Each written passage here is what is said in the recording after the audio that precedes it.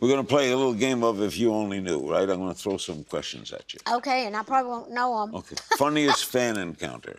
Well, it's not a funny one, but the most unusual. That work is good? Okay, yeah. Years ago when Jolene, my song Jolene came out, I came home one day from work. We just, we had our new home in Brentwood, and there was a basket at the gate, and I thought, ooh, somebody left us some food or something. And I looked in it, and there was a baby in it, and there was a note that said, my name is Jolene, and I want you to have me. You can have me for keeps, or something to that effect. And I freaked out. I didn't know what to do. So I went straight on up to the house. I thought, well, I don't need to touch. I don't know what to do. So I went to the house, and the lady that was at the house, I said, call child services, call the police, whatever. And then they came, and I never knew what happened. But that was the creepiest, weirdest thing in the world. And you didn't know what happened after?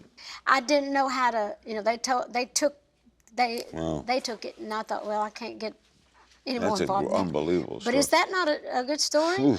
What's your proudest accomplishment? I'm proud of all of them, but some of the highlights was when I became a member of the Grand Ole Opry. That was a childhood dream. That was in 1969. But some of the bigger things that's been done, is paying tribute, is the Kennedy Center Awards. I'm sure that you know all about those things. So those were, those are wonderful things. Being put in the Songwriters Hall of Fame was a really big highlight. If you weren't doing what you do, different career, what would you be?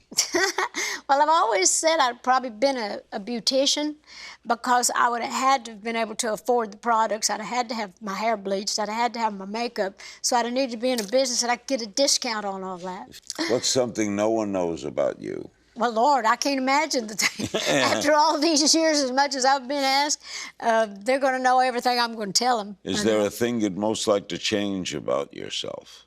Well, no, because I wish I could live forever. I kind of picked I picked a number, like when I was 35, that was a great pinnacle.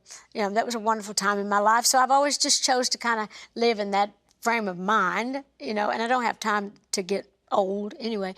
But I think to change anything could change the whole picture. I'm not one of those people that goes back and say, oh, I wish I'd have never done that, because everything I did... You don't have regrets, right? No, because everything I did seemed to be the thing to be doing at the time. Is there a TV show you're embarrassed to say you watch? Well, everybody says I should be embarrassed, because I love those forensic shows. I don't watch a lot of TV, but sometimes late at night, when I come home or before I go to bed, I love to watch, those cold case files and, forensics. I'm fascinated with how they can just trap somebody with a hair or a bug. All that stuff, I know. What's your biggest splurge?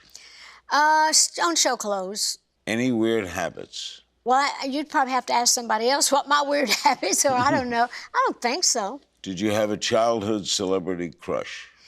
No. Well, when Elvis hit the scene, I think all young girls were in love with Elvis, and I was young at that time. Musically, how great was he?